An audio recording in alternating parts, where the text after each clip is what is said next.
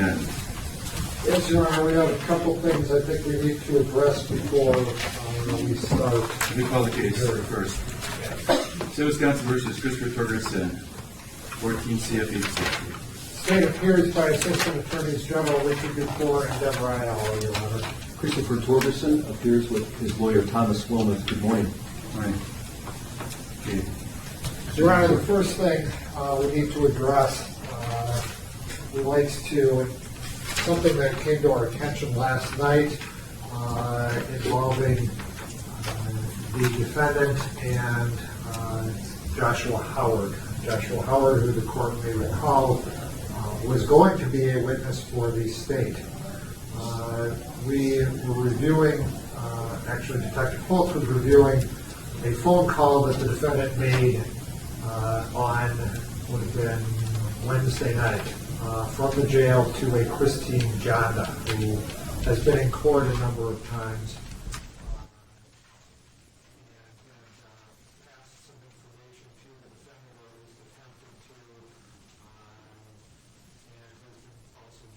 The defendant into jail.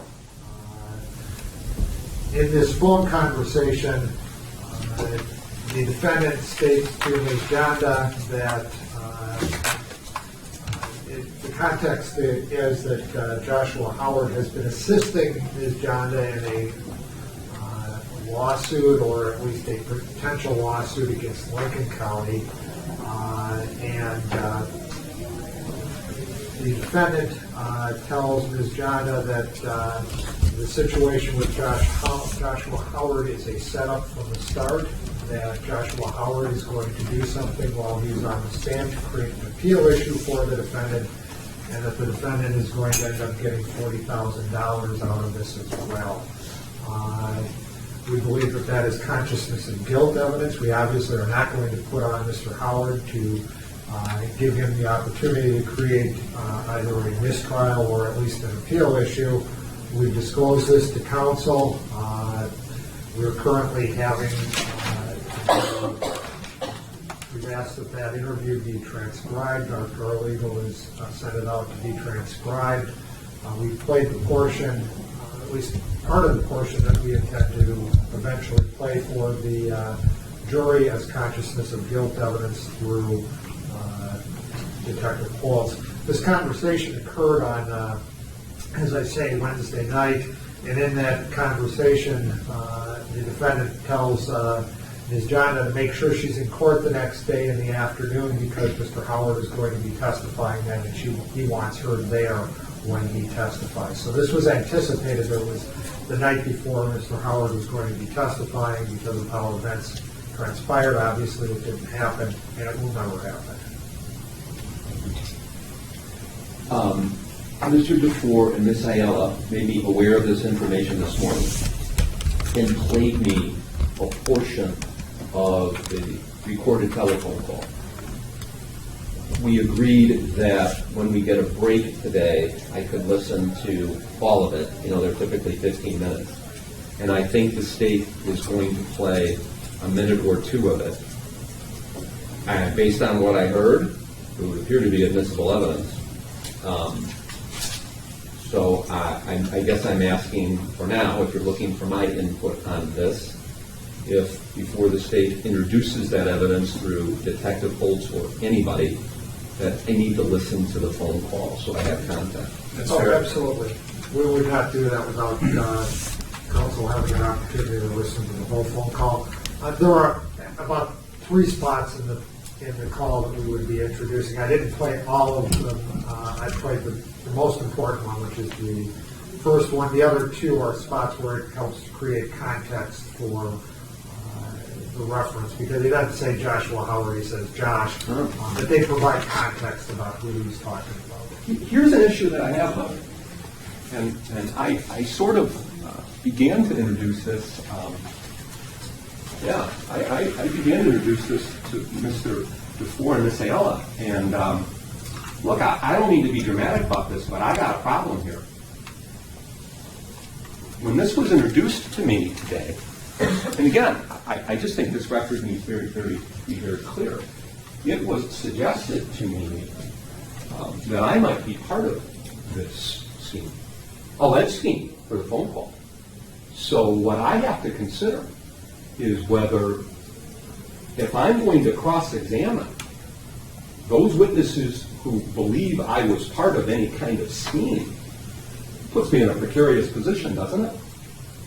Well, I'll tell you what, before we reach that point, we'll break sometime later this morning. You can listen to the whole discussion, and the attorneys can discuss the case further as to what is going to transpire. Okay, I think it'd be premature at this time. You understand my concern? Yes. And from the state's perspective, Your Honor, and I told Mr. Wilmoth this, and I will tell the court this, the state does not believe that counsel knew that his client was attempting to create an appeal issue and or a mistrial issue ahead of time. But if witnesses who are going to testify about this information think otherwise, Okay. Well, I have a Mr. concern. Dukor will discuss it with them, and after we both had time to look into this further, we'll take it up. okay, Judge. Okay. The first witness we intend to call the exact category, so lying to police is one, correct? Correct, sir. Okay, claiming stolen property as his own is another. For resale, Number two, correct. let's say resale. Lying to your probation agent is number three, Yes. correct? And I would indicate on each of those categories about lying to police and supervising agent that it would be on, I'd simply ask multiple occasions. I would just ask on a number of occasions instead of multiple, if that's okay. I can live with that, As can I. all right? Okay. I think those are the three categories then that there were, right? Well, there's the false name and date of birth, and then we didn't talk about. I assumed that would come under lying to police, because that was lying to police. Okay. And then we have, agreed, and then we have, the only one we haven't talked about then is concealing evidence on another. And I don't think that, the fact that he put some Seroquel pills into the purse of another person, I don't see that as being untruthful conduct. I mean, he's trying to hide evidence, but I don't see that as being untruthful. Yeah, Because he admitted that he owned the pills. right. So he was truthful. We had this discussion yesterday. It's my belief that obstruction falls under that 90608 sub 2 category. Yes, when eventually, with Mr. Smith, they indicated 32 for him.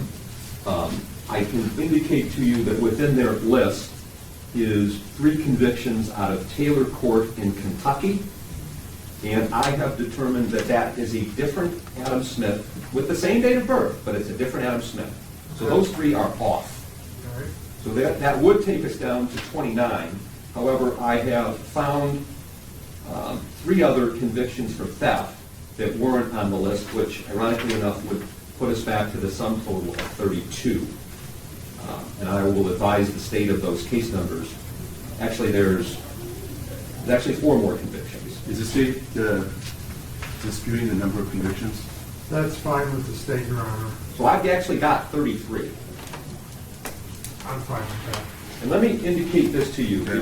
If you're, are you intending to do a remoteness analysis, or is the court, we're okay at 33? If the state's fine with 33, then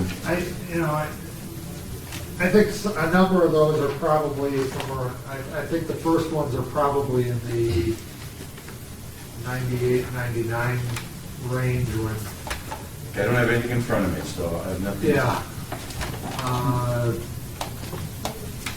There's the one from 2000, which was a theft, which we've just been talking about, 2001. So I mean, a lot of those, a number of them are from 15 years ago. I'm trying to find the.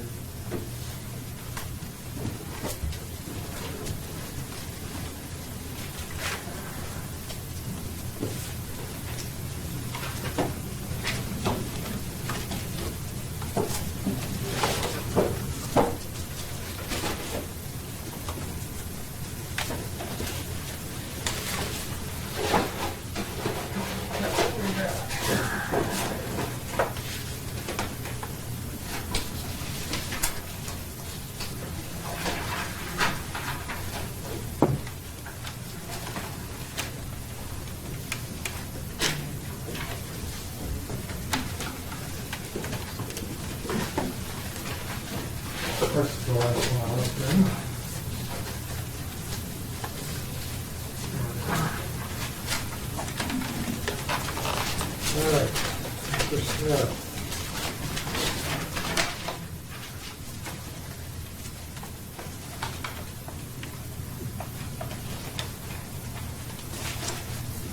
First conviction was You don't have something I can look at?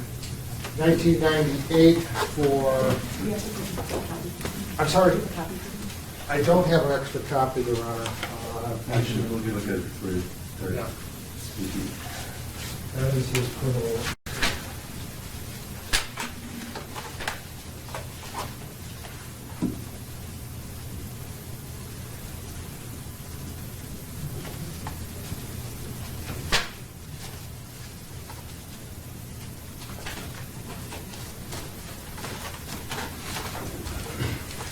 The date of birth is 81.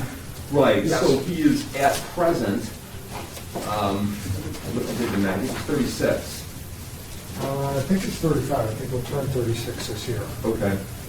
His date of birth's August or something like that. Right. And you know, we also, I tried to determine how often he's been in custody.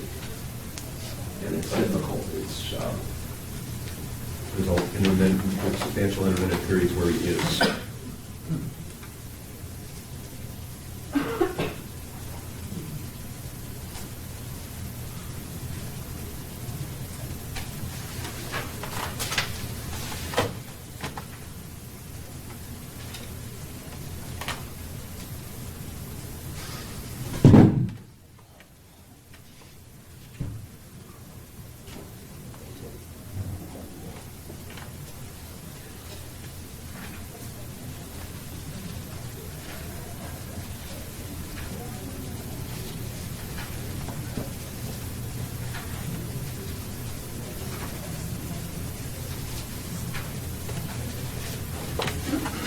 Okay, one way to do it is just to not look at misdemeanors that are over 10 years old, but count all the felonies within that 20-year period.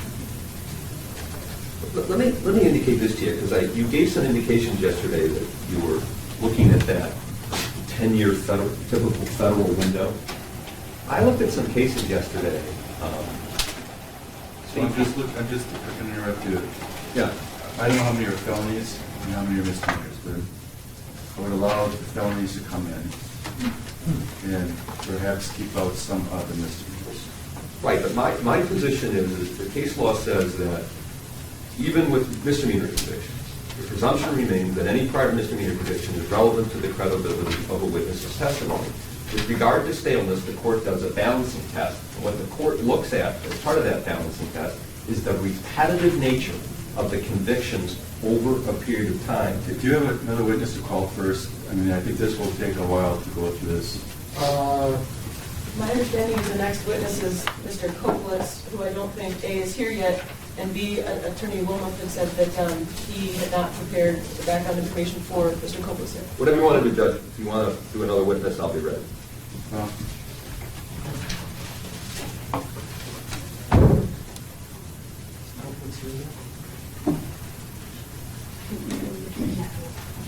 He was told to be here at 9 p.m. from the victim witness. Unit was going to go see if he's available.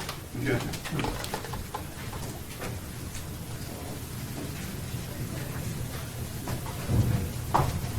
And then the witness that we were planning on calling after that was Rebecca Torgerson, which I understand was that Mr. Attorney Wilmoth has some information he'd like to provide to the court, or motions he'd like to make to the court on her as well. Okay.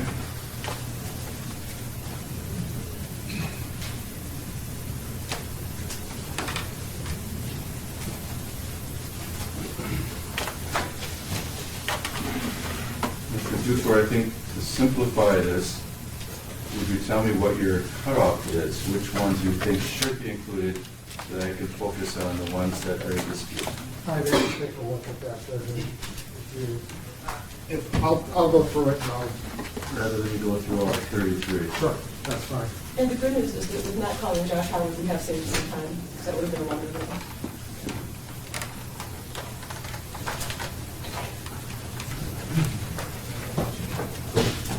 Okay.